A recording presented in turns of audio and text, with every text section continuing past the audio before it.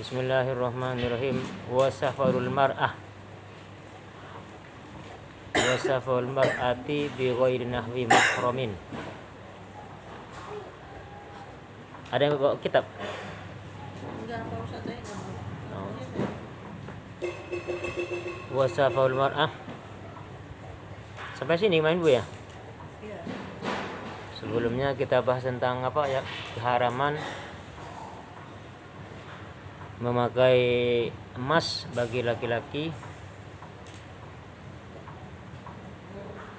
atau sutra atau yang bercampur dengan sutra tapi lebih banyak sutranya ya. Terus apa lagi? Khulwah. Sekarang wasaful mar'ah, dan berjalannya wanita bi ghairi nahwi mahramin, tanpa mahram.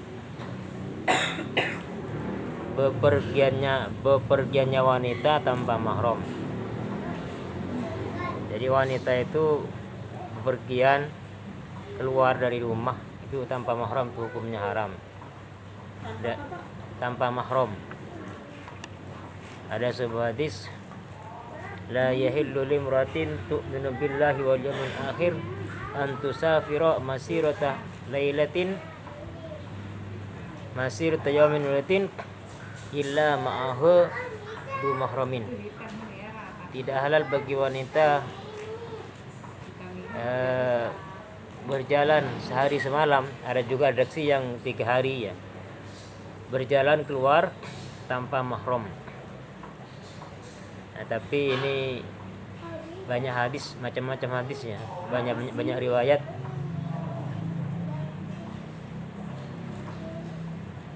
Ada juga riwayat yang mengatakan bahwa pernah suatu saat Sayyidina Umar itu mengizinkan anak Umar adana li azwajin Nabi sallallahu alaihi wasallam fi akhir hajjatin hajjaha faba'atha Utsman wa Abdurrahman bin Auf.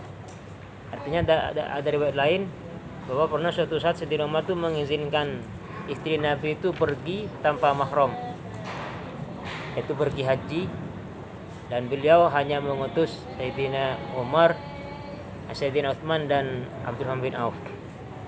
Jadi tentang hal ini ya, di kalangan ulama khilaf mendapat wanita pergian tanpa mahram itu.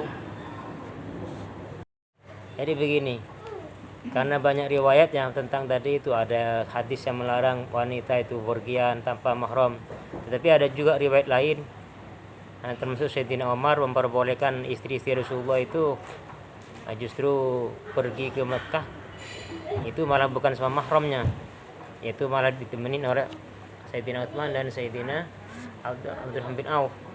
Jadi dengan melihat riwayat-riwayat yang lain yang semuanya itu, ternyata ulama memberikan kesimpulan, memberikan pemahaman gitu ya. Jadi yang haram itu apabila tidak aman dari fitnah ya. Jadi intinya seperti itu. Tetapi apabila aman dari fitnah, soalnya kalau kayak sekarang nih, kalau kita mau larang wanita sedemikian rupa ya, ya sudah bisa ketinggalan zaman Islam. Apa contohnya sekarang kan banyak para pelajar itu wanita itu pergi kemana-mana kan, pergi ke luar negeri misalnya, pergi kemana belajar di luar negeri. Kalau semuanya dilarang ya akhirnya akan ketinggalan zaman orang Islam ini. Makanya jadi kesimpulan ulama sekarang ini bahwa yang haram itu apabila tidak aman. Kalau misalkan saya kan belum pernah untuk pergi umroh, makanya kan kalau pulang udah ada mahram, harus ada mahramnya. Kalau untuk saya gimana proses itu? Misalkan saya ada niat mau ke sana. Ya makanya jadi ulama memberikan pemahaman untuk haji atau umroh itu tidak perlu mahram. Yang penting nggak apa-apa. Jadi ikut rombongan aja. Iya, jadi artinya teman atau ya kalau sekarang apa namanya kalau sekarang? Hah? Iya, kalau sekarang namanya apa itu? Yang bawa jamaah itu apa namanya? Yang bawa jemaah.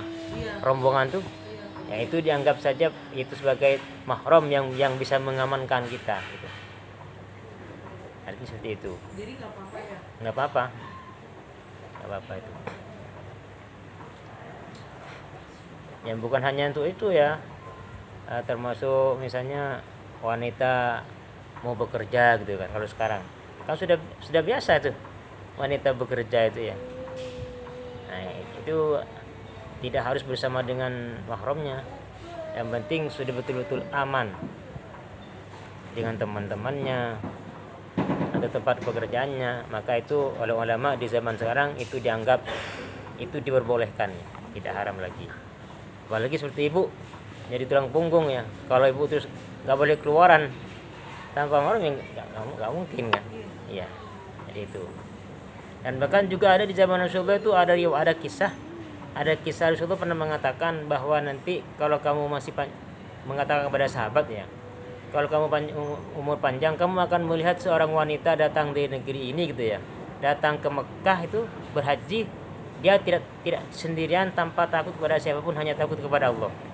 Dan ternyata beberapa kemudian itu memang betul-betul orang sahabat tadi itu ketemu dengan orang yang disebut Rasulullah itu, seorang wanita yang pergi pergi haji ke Mekah itu sendirian tanpa mahram, dia hanya takut kepada Allah, dia selamat. Dan kisah itu dijadikan dalil oleh ulama ya, bahwa yang penting aman gitu,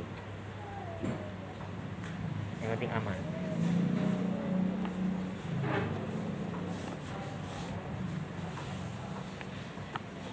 Lanjut, wastikhdamul hurrih, dan juga mempekerjakan orang merdeka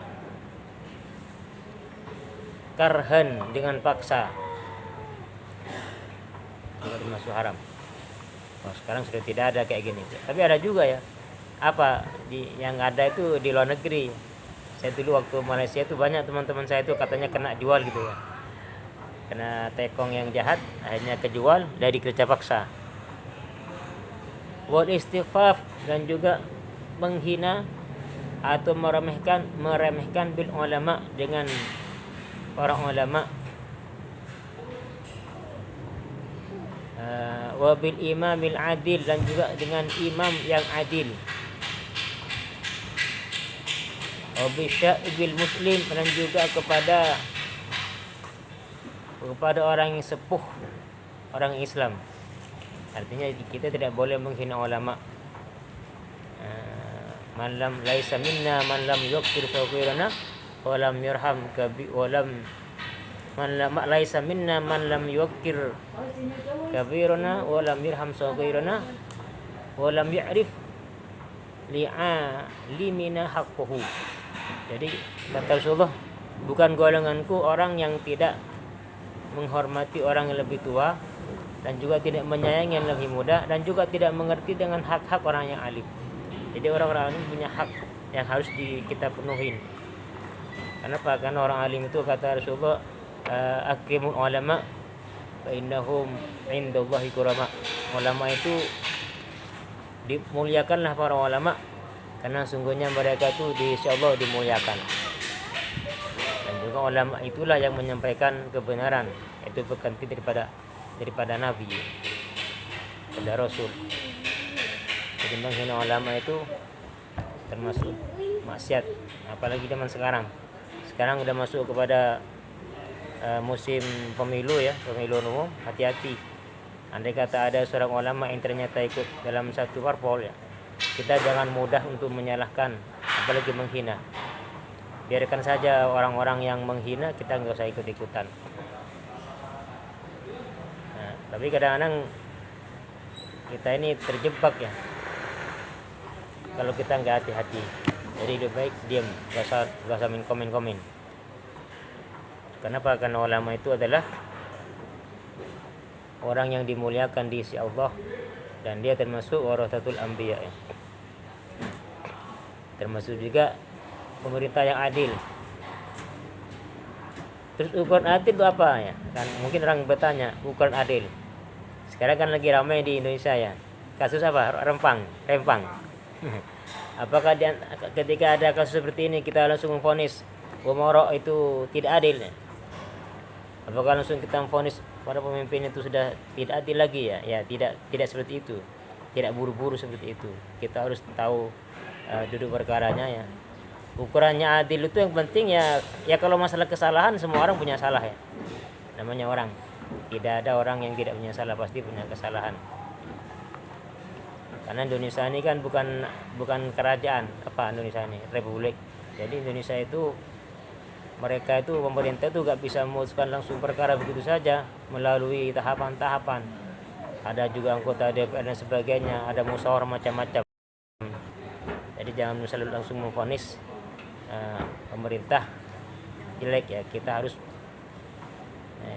pelajari dulu apa sebabnya gitu ya.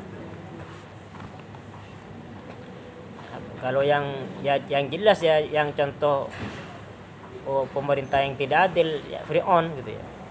Jadi kalau sudah kayak Fir'aun tuh bisa dikatakan pemerintah itu sudah tidak adil namanya.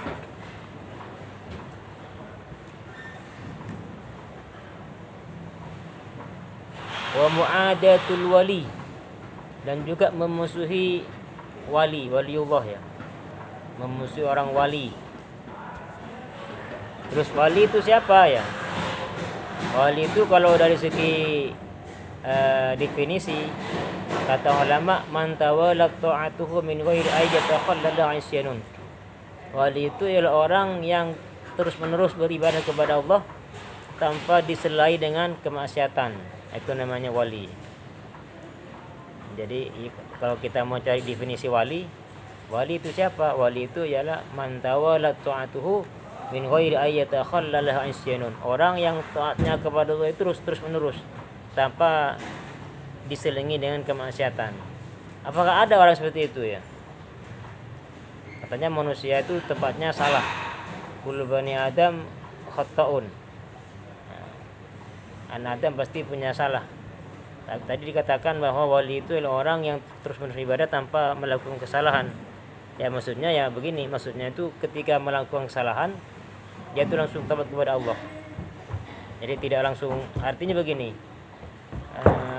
Kalau bahasa yang gampang itu, wali itu adalah orang yang terjaga dari perbuatan maksiat yang di bawahnya maksum.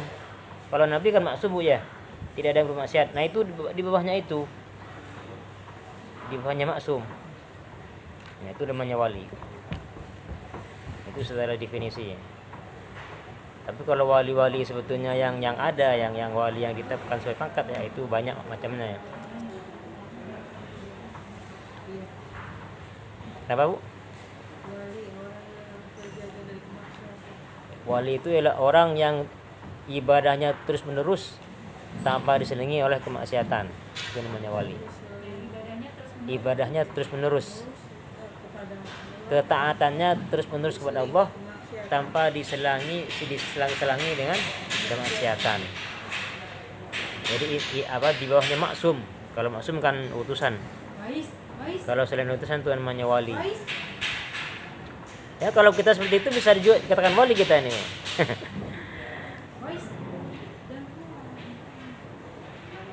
Masih belum bisa ngomong Uwesu? Sudah. Ya, anak saya yang nggak bisa itu, yang bisa hanya Aba bisa. Oh, ya. Bilang Aba bisa, bilang minum, nyom. Kalau minum nyom gitu. 2 tahun. Tapi dia ngerti dia. Kalau ada dengan bahasa orang tuh ngerti, cuman mau ngomong nggak bisa. Hanya Aba, nyom, apa lagi ada 3 itu yang bisa. Yang ini nggak bisa udah. Sekarang pulang kampung. Ya lagi pulang. Mau disapih, rencana mau disapih di kampung.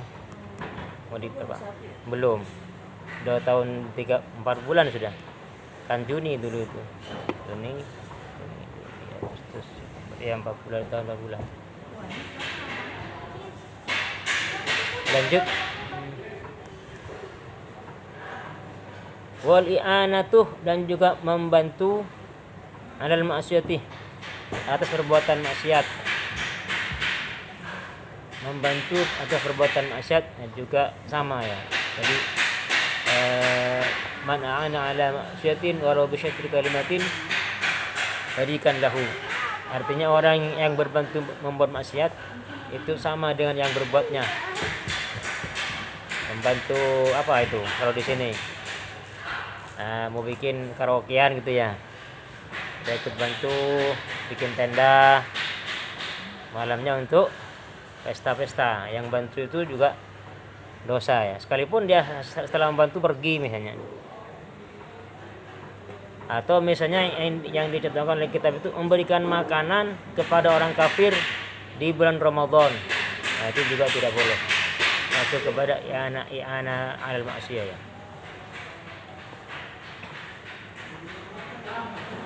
Watarwijuz zaif, dan membelanjakan uang palsu. Watarwijuz zaif, dan membelanjakan uang palsu. Jadi kata ulama itu membelanjakan uang palsu itu lebih besar dosanya daripada mencuri.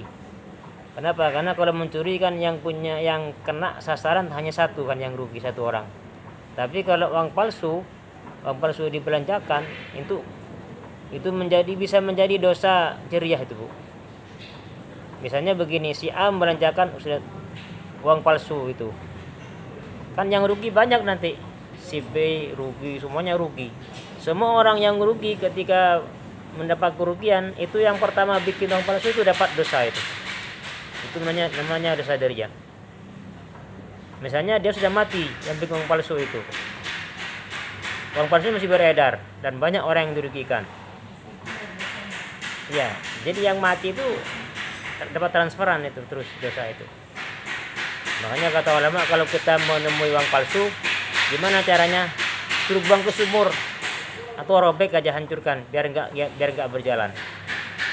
Atau buang ke sumur atau dibakar gitu ya. Jadi jangan sampai diedarkan lagi. Itu bisa menjadi dosa jariah. Wasti'malu awani dhahab, dan memakai wadah-wadah emas, wal fiddah, dan juga perak. Ini juga maksiat ya. Wattikhaduha, dan juga menjadikannya, membikinnya juga sama. Kenapa? Karena ketika kita sudah punya itu bisa memungkinkan untuk kita memakainya ya.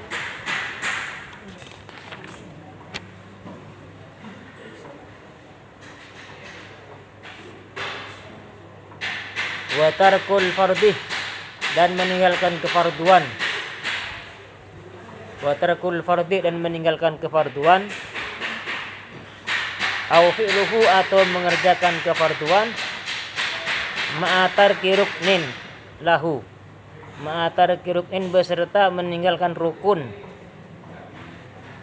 Aw syartin, atau syaratnya. Aw ma'afi libuktilin, atau mengerjakan pekerjaan yang membatalkan. Jadi meninggalkan fardu ya, tidak sholat atau lainnya, atau sholat tapi tidak melaksanakan rukun-rukunnya, itu juga maksiat ya. Atau meninggalkan syarat-syaratnya. Kenapa? Karena itu kan namanya kan penghinaan namanya itu. Apa namanya? Meremehkan. Ada orang sholat tapi mengabaikan syarat dan rukunnya. Nah, itu juga maksiat. Di samping tidak sah, nah itu juga dosa ya. Watarkul jum'ati, dan meninggalkan sholat Jumat. Watarkul jum'ati, dan meninggalkan sholat Jumat. Ma'wujubiha, beserta wajibnya Jumat alaihi, kepada ya orang. Wa in sholat, walaupun sholat ya orang al-zuhur, pada zuhur. Jadi meninggalkan sholat Jumat kalau tidak ada uzur, sekalipun dia sholat zuhur, maka itu juga dosa ya.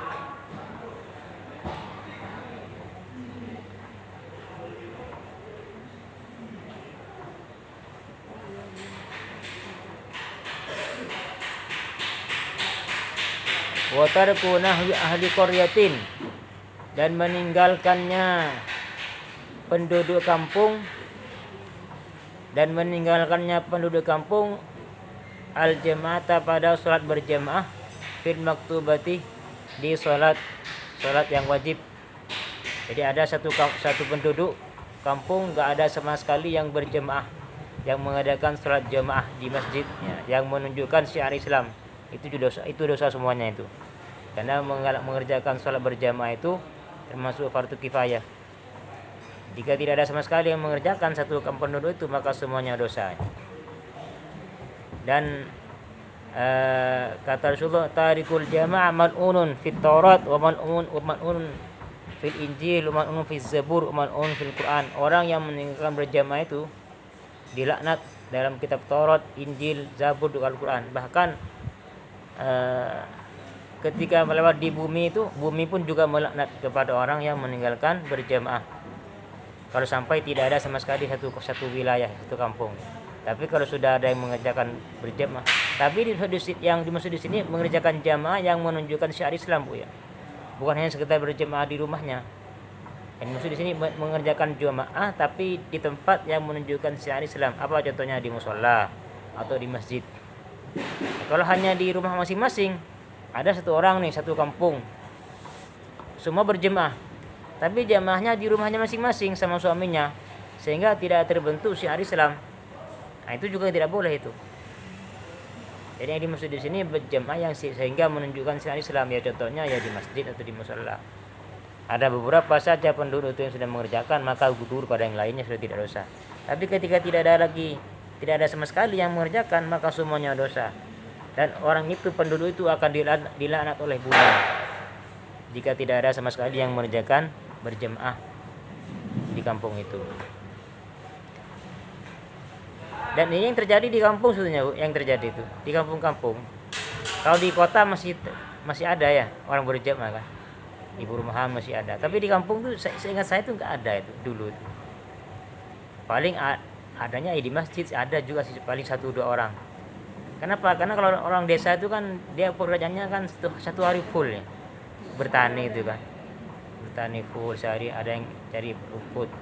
Tapi kalau di kota kan enggak, pasti ada saja orang yang enggak kerja gitu kan, sehingga mendirikan jamaah di masjid atau di mushola. Kenapa? Iya, asar, duhur enggak ada, paling maghrib, subuh ada. Itu enggak boleh itu ya. Kenapa? Ya kalau rumahnya dekat masjid itu justru tidak boleh sama sekali itu. La sholat, kenapa? Enggak boleh di rumahnya justru. Oh iya. Ya. La sholata li jail masjid illa fil masjid. Jadi bagi penduduk sekitar masjid tidak boleh sholat kecuali di masjid. Usahakan di masjid. Ya, bagi laki-laki ya. Perempuan juga kalau dia aman dari fitnah enggak apa-apa perempuan tuh salat berjamaah di masjid. Yang penting aman dari fitnah. Ya enggak apa-apa. Enggak. Ya enggak apa-apa sebetulnya. Tapi andai kata mau salat di masjid, perempuan yang penting aman enggak apa-apa. Gimana soalnya enggak aman juga, Pak. Kalau jalannya itu menghindari bapak-bapak juga enggak ada. Sana ya jalannya itu. Ya, maksudnya aman dari fitnah, Bu ya. Iya, aman dari fitnah. Jadi ya nggak apa-apa. Jadi kan khitobnya kalau untuk berjamaah di masjid itu laki-laki emang. Khotobnya itu memang laki-laki kalau berjamaah di masjid itu. Kalau wanita emang di rumahnya yang dianjurkan. Tapi andai kata mau berjamaah yang penting aman dari fitnah. Apa diantaranya aman dari fitnah? Ya diantaranya ya jangan berpakaian yang menyolok, yang sampai mengundang apa tuh sahabatnya orang, tidak pakai wangi-wangian. Itu diantara cara menghindari daripada fitnah ya. Tapi ya kalau ibu emang nggak mau sholat di masjid sekalipun dekat ya nggak apa-apa, itu lebih aman juga.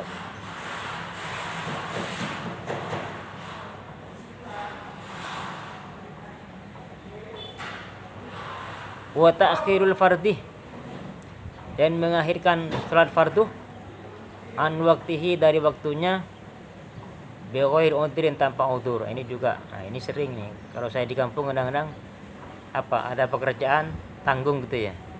Akhirnya salatnya diakhirkan. Kalau itu mati dalam kondisi itu dosa, Bu. Jadi dosanya dosa mengakhirkan salat itu. Makanya dalam kitab ini diterangkan, andai kata ada kata masuk waktu itu, kita sebagai orang Islam itu langsung niat hatinya itu bahwa saya akan sholat zuhur ini ya, harus mengatakan tuh mengikrarkan diri bahwa saya akan sholat ya Allah zuhur ini di sekarang gitu ya. Kenapa? Kalau sudah begitu ternyata masih belum melakukan sholat, itu masih dianggap tidak maksiat. Kenapa? Dengan mengakhirkannya itu ya. Tapi kalau kita enteng-enteng langsung tidak ada ikraran akan melaksanakan sholat, hanya tanggung dengan pekerjaan, nah, itu tidak boleh ya. Lagi tabung masak Ustaz? Kenapa? Lagi tabung masak? Iya, makanya niat. Ya. Ketika masak itu, ya Allah saya tetap akan sholat di waktu ini sebentar lagi gitu ya. Saya akan sholat gitu.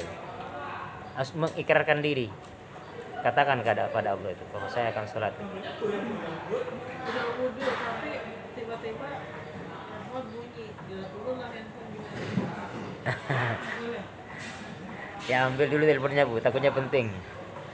Nah, sebetulnya kalau secara fikih ya, secara fikih itu kan yang penting masih ada waktu kan nggak masalah. Sebetulnya kalau secara fikih ya. Tapi adabnya sebagai umat Islam ya. Ini kan pelajaran tasawuf yang di sini nih, yang di sekarang ini. Maka kita tetap dianjurkan oleh ulama ahli tasawuf itu berikrar dalam hati. Katakan kepada Allah, saya akan sholat lagi ya Allah. Ini sebentar lagi. Bukan berarti tidak mengabaikan sholat, tidak. Saya akan sholat. Sekalipun sebetulnya secara fikih waktunya masih panjang.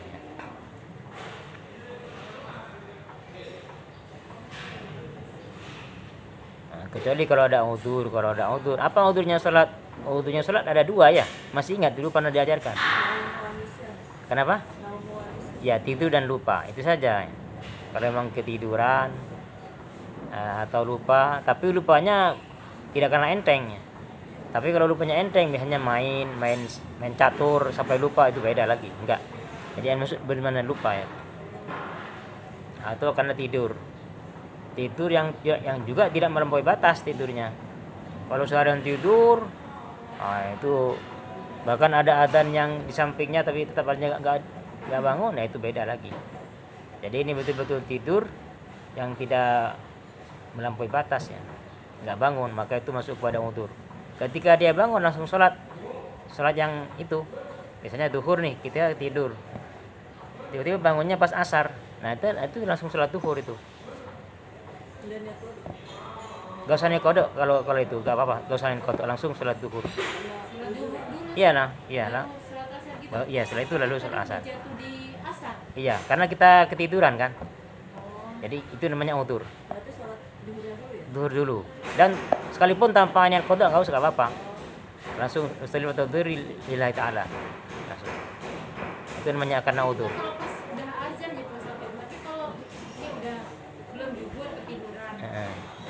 Asar itu kan jam berapa ya? Jam 3 lewat kan ya? Iya. Kadang misalnya jam 4 atau jam 4 lewat dari azan itu gimana?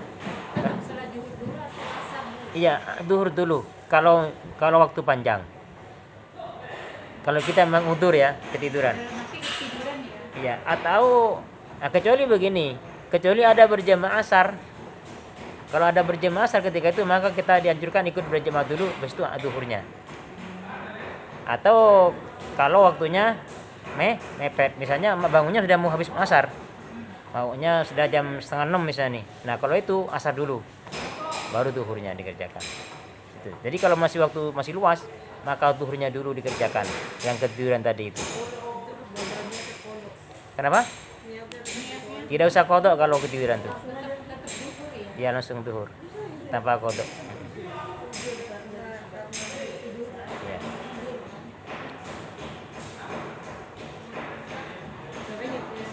Ya kalau lagi capek banget tuh, kadang-kadang capek banget, sekali memutar alarm nggak bangun tuh. Iya, karena kita saking capeknya.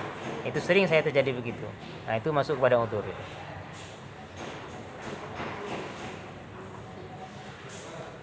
Waram yusaidih, dan melempar hewan buruan ya, bil muthqil, dengan benda yang berat, al mudhaffif, yang cepat bikin mati gitu ya. Benda yang berat yang cepat bikin mati, ini juga nggak boleh. Dan dia juga tumpul. Kenapa? Karena kalau dia langsung mati kan nggak sempat disembelih ya, akhirnya akan jadi bangkai. Itu nggak boleh, itu masuk juga udah maksiat.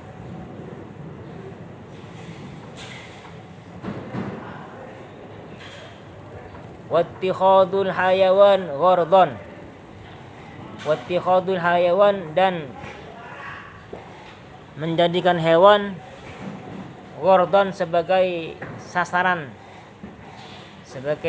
latihan panah, misalnya melatih latihan panah memanah. Nah, itu nggak boleh juga. Hewan kan benda yang hidup ya, hewan yang hidup, itu juga boleh. Atau misalnya latihan perang yang dibikin sasaran hewannya, itu nggak boleh ya. Ditebas pakai pedang ya, itu nggak boleh ya. Kalau mau latihan perang ya pakai benda yang mati, nggak apa-apa, jangan sampai hewan, itu dosa.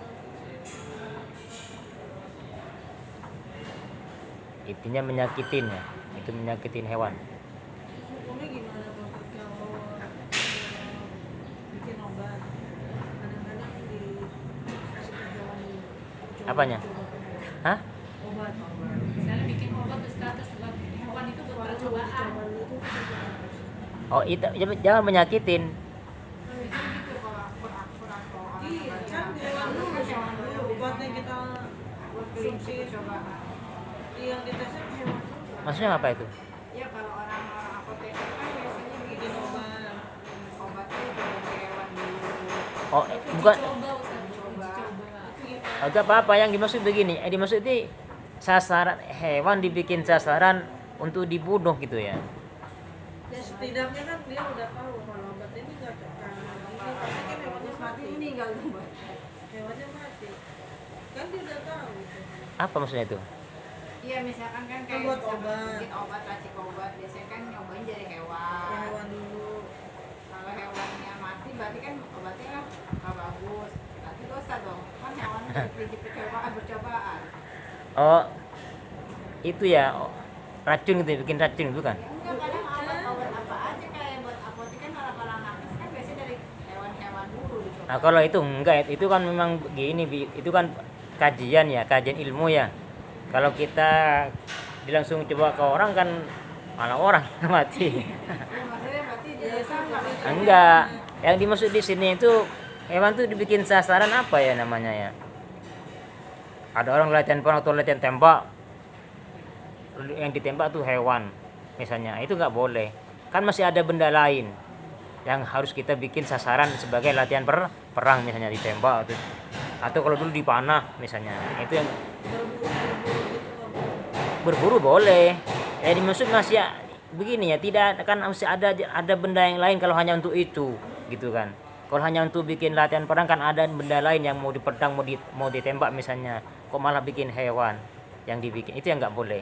Tapi kalau kayak tadi itu memang nggak ada lagi kan, memang harus hewan yang itu, nggak apa-apa itu nggak apa-apa. Sama hanya dengan begini, nah, kita tuh mau motong apa ya, motong tumbuhan yang masih hidup kan nggak boleh.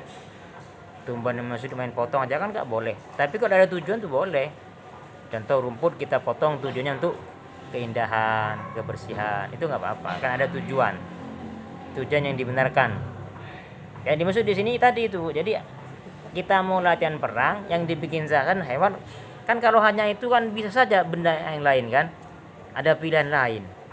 Nah, entah kasih apa, tulisan, entah titik biar latihan tuh ke situ kan ada itu. Itu maksudnya begitu. Jadi kalau tidak ada jalan lain ya, dan itu untuk kemaslahatan, itu boleh. Karena memang fasilitas yang ada di dunia ini untuk manusia ya, termasuk hewan, semuanya untuk manusia.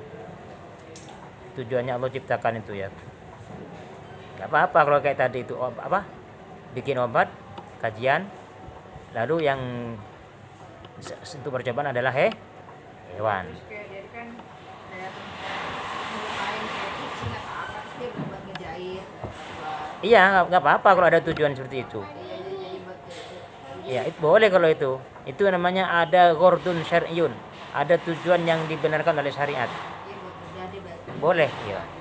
Boleh itu, nggak apa-apa kalau itu ya. Ada tujuan namanya. Dan memang hanya seperti itu yang bisa. Kan nggak mungkin kepada yang lainnya. Ya, kalau yang dimaksud di sini itu masih ada benda lain, benda mati, malah hewan yang dibikin sasaran untuk dimatikan, entah dipan atau dipedang, itu nggak boleh ya. Ini adzan ya? belum masih ada Adzan nih sudah Bu.